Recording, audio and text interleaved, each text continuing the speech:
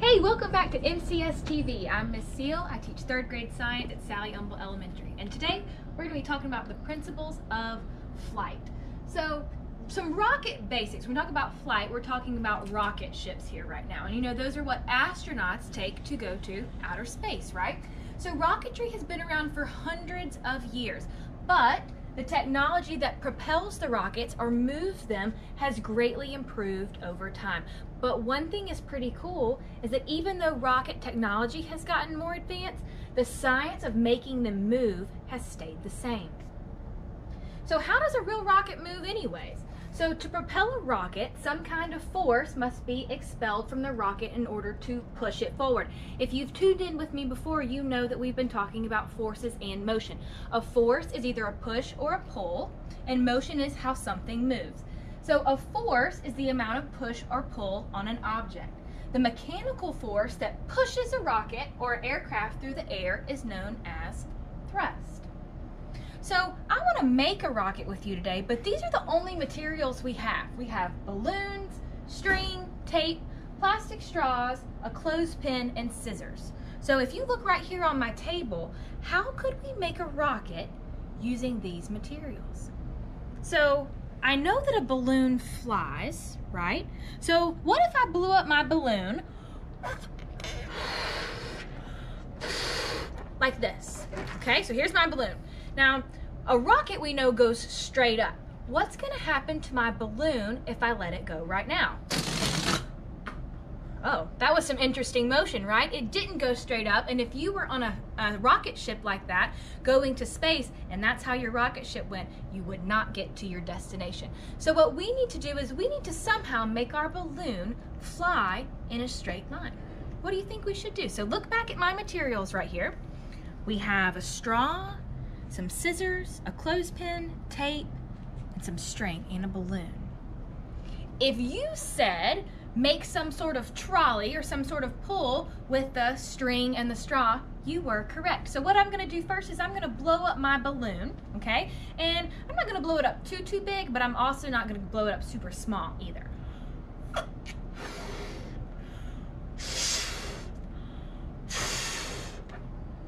Let's do one more. Okay, that's a pretty good sized balloon, don't you think? So what I'm gonna do is I'm gonna twist the end. I'm gonna take my clothespin and I'm gonna close it off, just like that. So I didn't tie it, I just closed it. So now, if we walk over, I'm gonna grab 2 pieces of tape because that's all you need. I have actually set up the station right here all by itself. So what you would do is you can either tape this to the wall or put it between 2 chairs like I have here. So, but you want your string to be really tight. If your string isn't tight, then your balloon rocket is not going to fly very well. So what we're gonna do is we're gonna take our straw and we're gonna point the end of our balloon where the air goes out towards the back in the way that we want it to move forward. So I'm gonna hold my balloon to my straw and I'm gonna tape it on. So there's 1. There's 2. Okay, so if you notice, this is what it looks like right now. So what do you think is gonna happen when I take the clothespin off the balloon? Do you think it's gonna fly all around like our first one did? No, you're right. It's gonna go in a straight line. So let's watch. Are you ready? 1, pull it all the way to the back. 2, 3. Wow, and if you notice at the end, our balloon had a lot more air in it and it could have just kept going, right? My string right here is about 10 feet long. If you don't have a ruler at home, you can measure that with your feet, right? Line them up one by one. But our balloon could have kept going and going. But how did that work? That's such an interesting thing, because if you notice, it didn't go up like a regular rocket into the sky. We were going sideways, more like an airplane, right? So how did our balloon rocket move? So your balloon rocket was propelled by pressure, okay? Pressure is the amount of force exerted in an area. If you tuned in and saw Miss Hyde use solids, liquids, and gases, she has told you about how the particles inside a gas move and they bump into each other. When you blow up your balloon, you're filling it with gas particles. The gas particles move freely within the balloon and then they collide with one another. You can't really see just when a few collide with each other, but when you fill a balloon big full of gas, they make lots of little collisions, and so that builds pressure inside the balloon. As more gas is added to the balloon, the number of the gas particles in the balloon increases, as well as the number of collisions, right? More air, more particles, more collisions. More collisions mean more pressure, right? That's why your balloon gets bigger and bigger and bigger. And if you notice, it gets harder on the outside, right? A deflated balloon's kind of squishy. The more you fill it up, it's hard. The pressure of the gas inside the balloon becomes greater than the air pressure in the room. When you release the opening of the balloon, like we released our clothespin, the gas escapes quickly, trying to get out as fast as it can to equalize the pressure to the air pressure to the outside of the balloon. The escaping air exerts a force on the balloon.